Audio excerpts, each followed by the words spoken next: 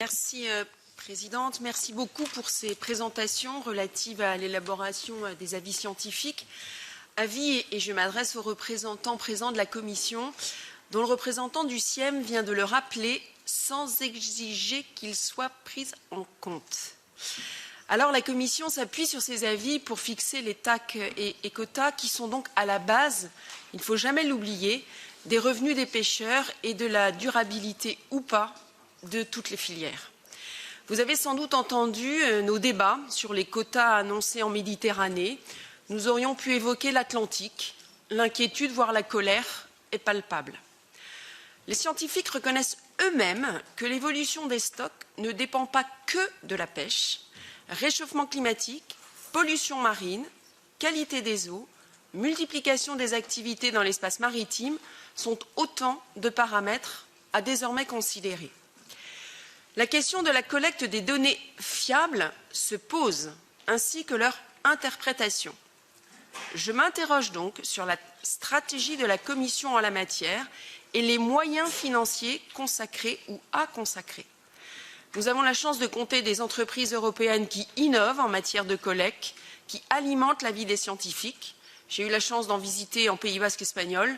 Il serait vraiment opportun de soutenir et de promouvoir leurs innovations technologiques.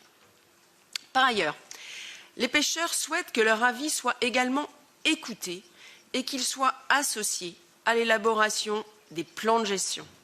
Ils sont en première ligne pour observer et constater, avec des outils d'observation modernes embarqués, mais aussi grâce à leur expérience empirique qui permet d'affiner les connaissances scientifiques sur l'état des stocks. La question se pose d'ailleurs du financement de ces outils d'observation embarqués.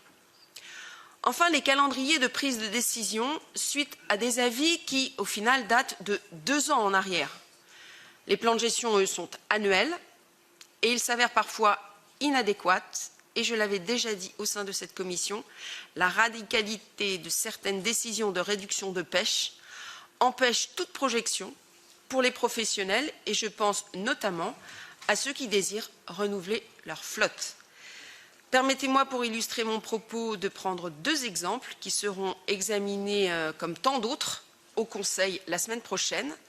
La situation de la langoustine, qui inquiète les pêcheurs, notamment ceux du golfe de Gascogne, déjà fragilisés par les fermetures en raison des captures accidentelles de dauphins. On annonce en effet une baisse de près de 40% des possibilités de pêche.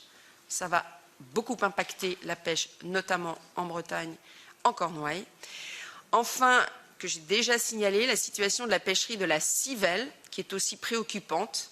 90% de la pêche civelière se fait en France.